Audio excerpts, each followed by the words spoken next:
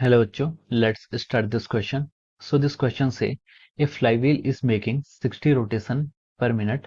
Calculate the linear speed of the point on its rim. The radius of the wheel is 3 metre.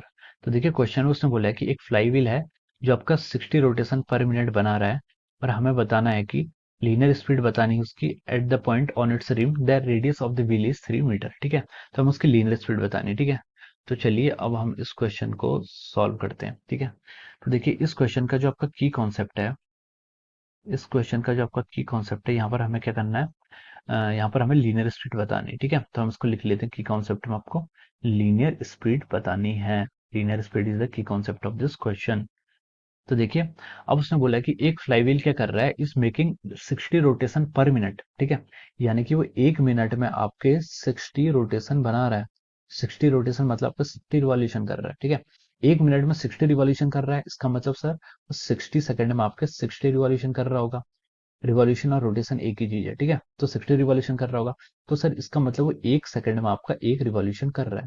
एक second में एक revolution कर रहा है मतलब क्या होता है कि अगर हम यहाँ से उसका टाइम पीरियड निकालना चाहें तो टाइम पीरियड कितना आएगा. सर टाइम पीरियड होता था कि टाइम पीरियड क्या होता था सर, एक अगर पार्टिकल अपनी इनिशियल पॉइंट से स्टार्ट करे और ऐसे मूव करना शुरू करे और फाइनली वहां पर पहुंच जाए जहां से उसने स्टार्ट किया है, तो इतने में उसने जितना टाइम लिया है, एक रिवॉल्यूशन में उसने जितना टाइम लिया है वही उसका टाइम पीरियड होता था. तो सर यहाँ पर इसने एक रिवॉल्यूशन कंप्लीट किया है कितने में, एक सेकंड में कंप्लीट किया है, तो उसका टाइम पीरियड कितना हो गया, यहाँ से 1 सेकंड आ जाएगा. ठीक है, तो उसका टाइम पीरियड यहाँ से कितना आ गया, 1 सेकंड आ गया. अब देखिए अब उसने क्वेश्चन में क्या पूछा था कि लीनियर स्पीड बतानी है. अब हमें पता है कि लीनियर स्पीड जो होती है सर, वो तो हमारा ओमेगा इंटू आर होता है. ओमेगा क्या यहाँ पर है आपकी एंगुलर स्पीड, इंटू आर क्या है रेडियस जिसके अक्रॉस वो क्या कर रहा है, एंगुलर मोशन या फिर सर्कुलर मोशन कर रहा है. ठीक है, तो ओमेगा कितना आएगा, ओमेगा होता है सर आपका 2 पाई बाई टी, या आएगा 2 pi divide by T into R. R कितनी होती है, रेडियस. रेडियस आपकी कितनी है, 3 मीटर. ठीक है, अब देखिए अब आप लिखिए यहाँ से 2 पाई बाई 3 और यहाँ पर आके आ गया. ठीक है, और 2 पाई को हम लिख सकते हैं 2 इंटू 3.14 इंटू 3, ये आपकी आर रेडियस आ गई, डिवाइड बाई टी कितना आपका 1 सेकंड है. ठीक है, तो आप वी निकालेंगे यहाँ से, आपकी जो लीनियर स्पीड आएगी वो 6 इंटू 3.14, तो यहाँ से आके आएगी 6 इंटू 3.14.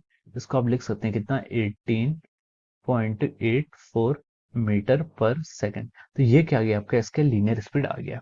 तो क्वेश्चन में हमसे पूछा था कि calculate the linear speed of the point at this time. So 18.84 metre per second is the linear speed. ठीक है, and this is the final answer of this question. Okay, so I hope you all understood this concept. All the best and thank you so